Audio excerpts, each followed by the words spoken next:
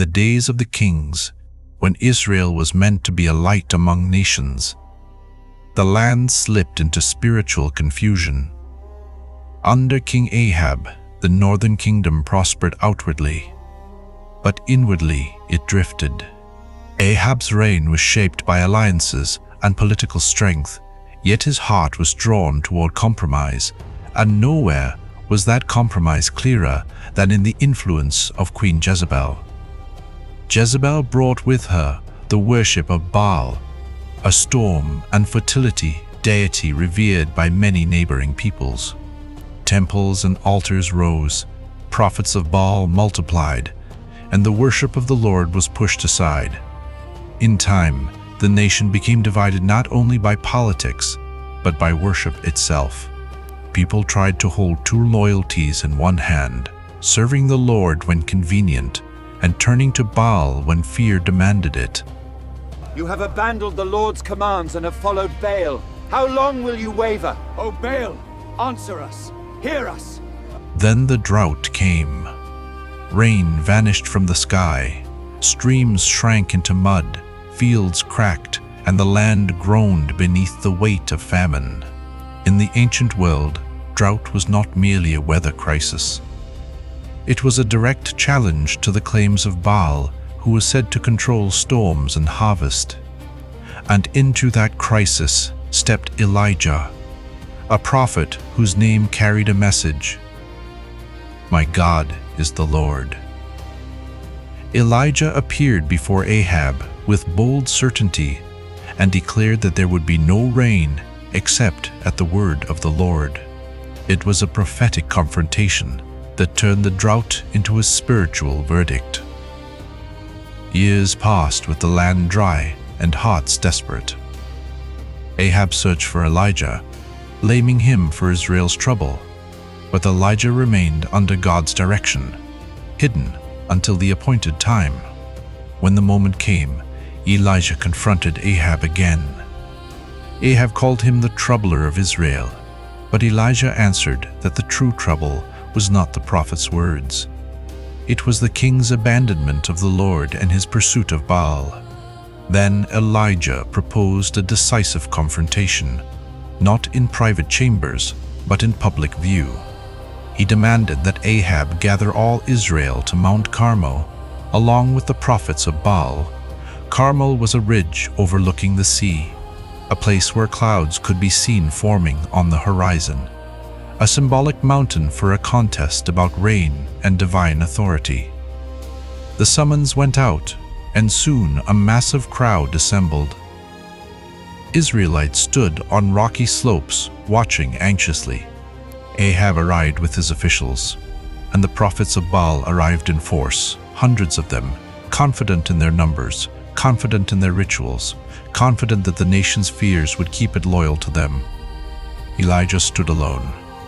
One man against an organized system, one prophet against a state-sponsored religion.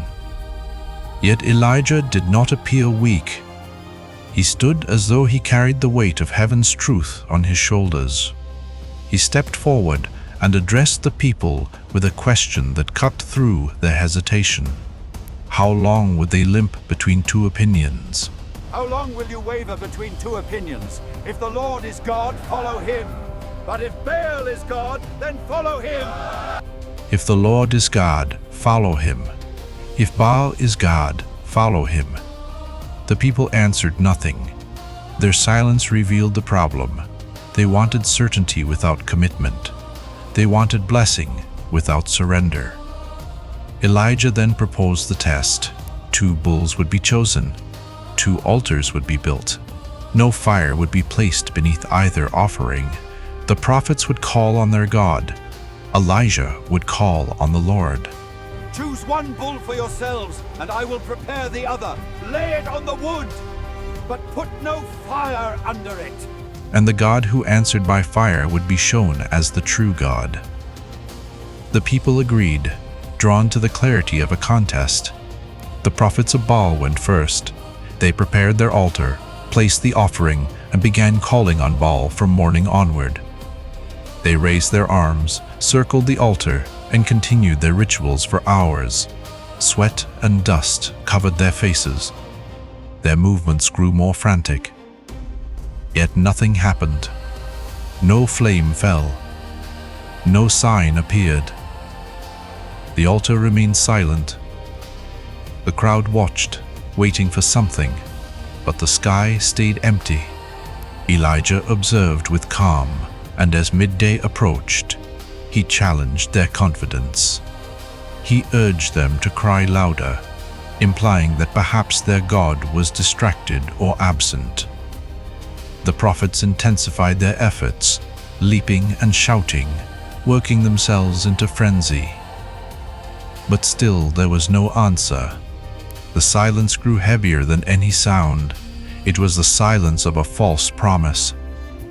Then Elijah called the people closer. He moved toward a broken altar of the Lord, one that had been neglected and ruined. He began to rebuild it, stone by stone. He chose 12 stones, representing the tribes of Israel, as if declaring that the nation's true identity was not found in Baal's rituals, but in covenant with the Lord. He arranged the wood and placed the offering. Then he did something that seemed to remove every possibility of trickery. He ordered water to be poured over the altar again and again until the wood and offering were drenched.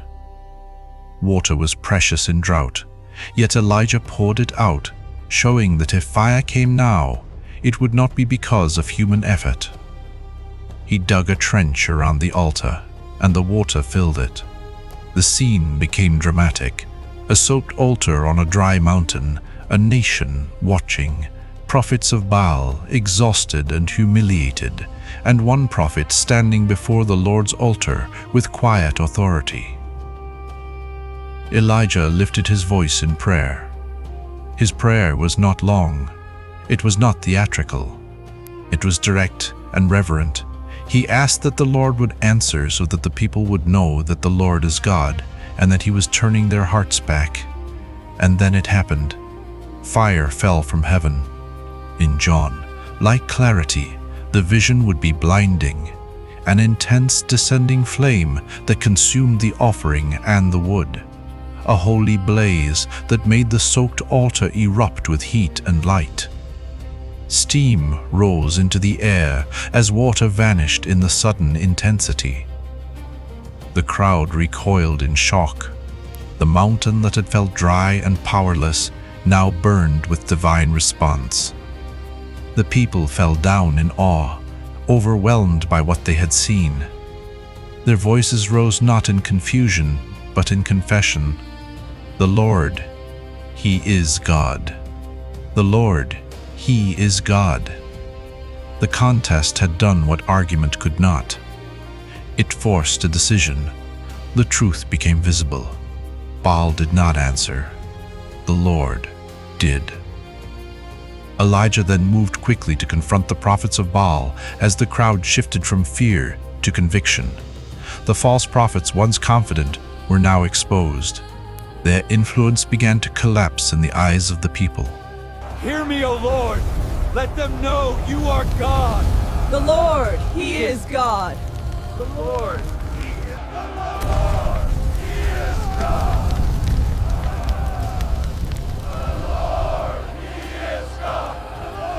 He is God. The Lord, He alone is God. Have mercy on us, O Lord. Seize the prophets of Baal. Do not let a single one escape. No, please have mercy. Quickly, run! The story turns severe at this point in Scripture, because Israel's covenant law treated this form of idolatry as a national threat. Yet the central cinematic meaning remains. The false system lost its power when truth was revealed. The people had to choose whom they would serve. After the fire, Elijah turned his attention to the sky. The drought had been both judgment and warning, and now restoration was coming. Elijah told Ahab to prepare because rain was near. Yet the sky still looked empty. Elijah went up to the top of Carmel and prayed again, his posture humble, his focus intense. he sent a servant to look toward the sea. Again and again the servant returned with the same report. Nothing. Then, after repeated watching, the servant saw it. A small cloud rising from the sea, no bigger than a man's hand. It was tiny, almost laughable compared to the vast drought, but Elijah recognized the sign. He told Ahab to hurry before the rain stopped him. The wind rose. The sky darkened. Clouds thickened, and rain finally poured over the land, breaking the drought with rushing water and renewed life. The people who had lived under cracked earth and empty wells now felt rain on their faces. The storm was not only weather, it was a declaration that the Lord, not Baal, holds authority over creation. As Ahab drove his chariot toward Jezreel through the downpour, Elijah ran ahead with supernatural endurance, a final image of prophetic power in motion, of heaven's authority moving before the king. The story of Elijah and the prophets of Baal is not merely a contest of miracles. It is a story about divided hearts. It asks a question that every generation must face. Will you serve the living God, or will you serve what promises control and comfort, but cannot answer? Mount Carmel stands as a symbol of decision, because faith cannot remain half-committed forever. Elijah's message was not simply that God is powerful, it was that God is worthy. The fire revealed who is real, the rain revealed who provides, and the people, for a moment, remembered who they were meant to be.